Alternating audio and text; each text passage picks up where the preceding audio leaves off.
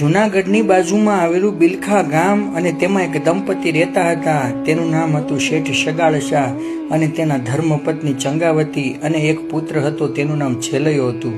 અને આ બંને જણાને એક નિયમ હતું કે પોતાના આંગણે કોઈ સાધુ સંતને જમાડીને પછી પોતાને જમવાનું.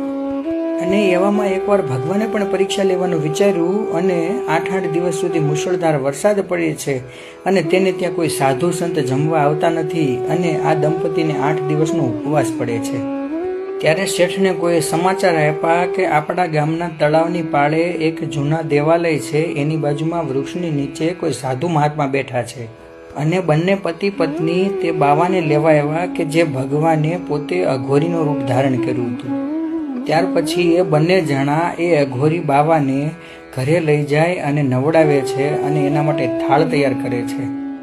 ત્યારે અઘોરીએ એવું કહ્યું કે હું આ ન ખાઉં.